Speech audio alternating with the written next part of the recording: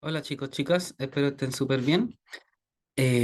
Bueno, vamos a ver de manera resumen lo que tienen que hacer en este campo clínico donde vamos a ver protocolos de neuro. Bueno, vamos a ocupar el simulador CORSMED. Bueno, ahí deberían estar viendo mi pantalla.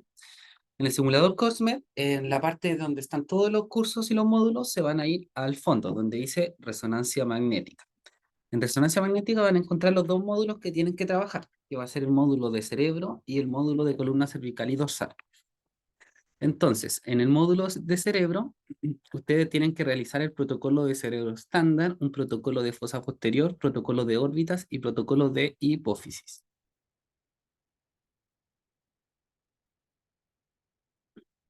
Se tienen que ayudar con el PPT que les subí esta semana, ¿ya?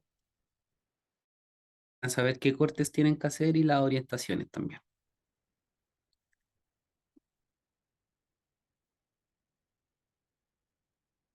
Entonces ahí se cargó el protocolo de cerebro,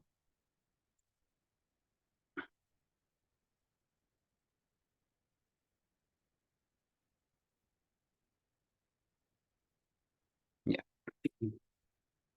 Importante, los cerebros estándar siempre van a llevar las secuencias, por ejemplo, de difusión, la secuencia FLAIR, las secuencias T2 y la secuencia T2 gradiente en el eje axial, ya en un cerebro estándar. También, si es con medio de contraste, van a llevar las secuencias T1. Y también se le realiza el MP-RAGE o la secuencia turbo ecogradiente, que es una secuencia 3D para la posterior reconstrucción.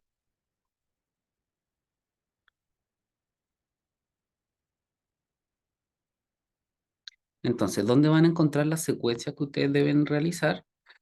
En adherir secuencias de pulso, acá están los protocolos estándar, ¿ya? Ustedes deben ocupar los protocolos que dicen Brain for Total Body Model, ¿ya? Entonces acá ustedes lo abren y aquí van a encontrar las secuencias de rutina de cerebro, por ejemplo, el sagital T1, el axial T2, el axial FLAIR, un axial T1. Van a encontrar también la de enfermedades desmineralizantes. Aquí la de enfermedades desmineralizantes, la que más es importante es la sagital FLAIR T2 con alta resolución. Ya, también hay la importante que deben realizar es el axial T2 FLAIR. ¿Por qué? Porque así se ven las lesiones de sustancia blanca. Importante que la secuencia de mineralizante, cuando se inyecta el medio de contraste, siempre se debe esperar unos 5 o 10 minutos aproximadamente para que las lesiones de mineralizantes activas capten contraste, porque se debe esperar que el contraste atraviese la barrera hematoencefálica. También tenemos las secuencias que dicen IAC o IAM, que es del oído interno. Acá vamos a tener diferentes secuencias, que el axial T1, coronal T1 y el axial T2.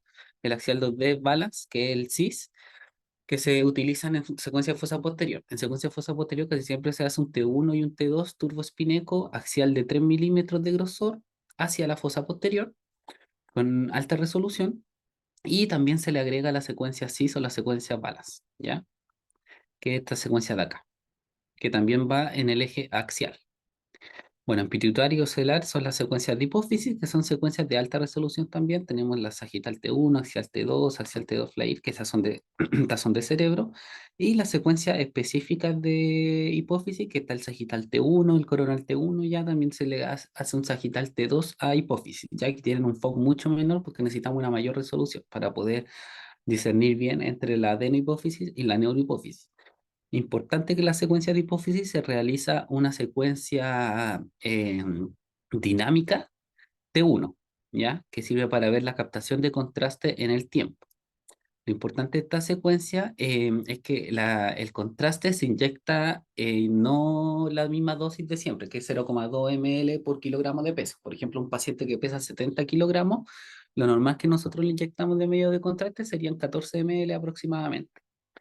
En este caso, en la hipófisis se le inyecta 0,1 ml por kilogramo de peso, es decir, un paciente de 70 kilogramos le vamos a inyectar solamente 7 ml. ¿Y esto por qué es? Porque la hipófisis está fuera de la barrera hematoencefálica y está muy perfundida. Entonces, si le inyectamos mucho contraste, va a captar todo el contraste de una, por así decirlo, y no vamos a poder discriminar la captación en el tiempo del medio de contraste. Por eso se inyecta de manera lenta y se inyecta poco contraste. Y también están las secuencias de órbitas que deben realizar, que acá es la importante. Las más importantes son que también son secuencias de 3 milímetros de alta resolución y las secuencias axiales T1 y axial T2 FATSAT y la coronal T2 FATSAT son las más importantes para discernir órbita y para ver neuritis óptica, por ejemplo. ¿Mm? Y también están las secuencias de cerebro 3D que ustedes acá deben realizar la turbocogradiente, que está de acá. ¿Ya? Bueno, y con eso ustedes ya tendrían, y aquí, bueno, acá abajo está la MP-Rate igual, ya para que la puedan realizar.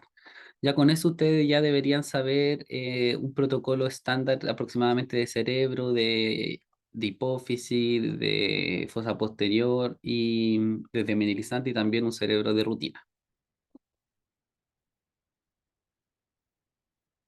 Les voy a dar un ejemplo de cómo se debe angular.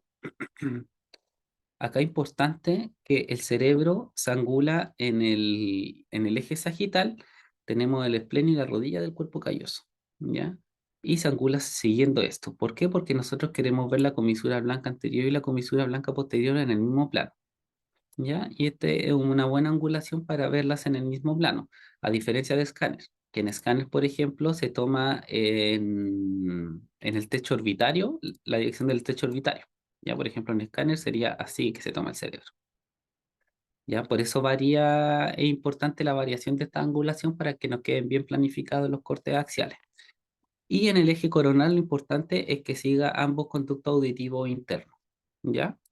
O la misma base de ambos temporales. También es una manera de poder angularlo. Por ejemplo, ahí tenemos ambos callos, entonces la línea tiene que pasar por ambos al mismo tiempo, ya para que se vean en el mismo corte y ahí tenemos la angulación en el coronal y la angulación en el sagital.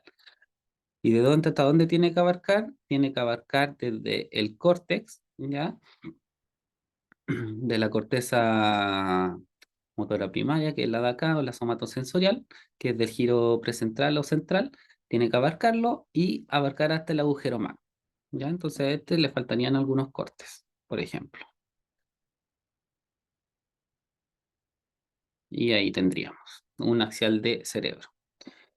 Con la dirección RL, siempre fijarse en la dirección para que no le ocurra el efecto de aliasing, ¿ya? Y que estén abarcadas la oreja, y si es que no están abarcadas la oreja, uno le puede dar un poquito de sobremuestreo, ¿ya? Y eso sería en cuanto a protocolos de cerebro. El otro protocolo que deben realizar debe ser el protocolo que también está acá abajo, que es el de columna cervical y dorsal, ¿ya? Que es exactamente lo mismo, pero con columna dorsal y cervical. Aquí lo importante de este protocolo es que ustedes deben realizar las secuencias específicas de columnas, ¿ya? Que en sagital siempre se van a repetir tres, que es la secuencia turboespineco T1, la turboespineco T2 y la secuencia inversión recuperación STIR en sagital. En coronal se suele realizar la secuencia T2 y en axial también se suelen hacer secuencias T2 junto con T1. Es importante que estas secuencias T2 se hacen por segmentos porque vemos que la columna tiene diferentes angulaciones, ya sea por la cifosis o por la lordosis.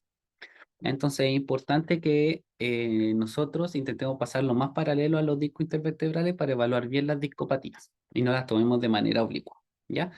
Y eso sería en cuanto a lo que deben realizar en este campo clínico de neuro, ¿ya?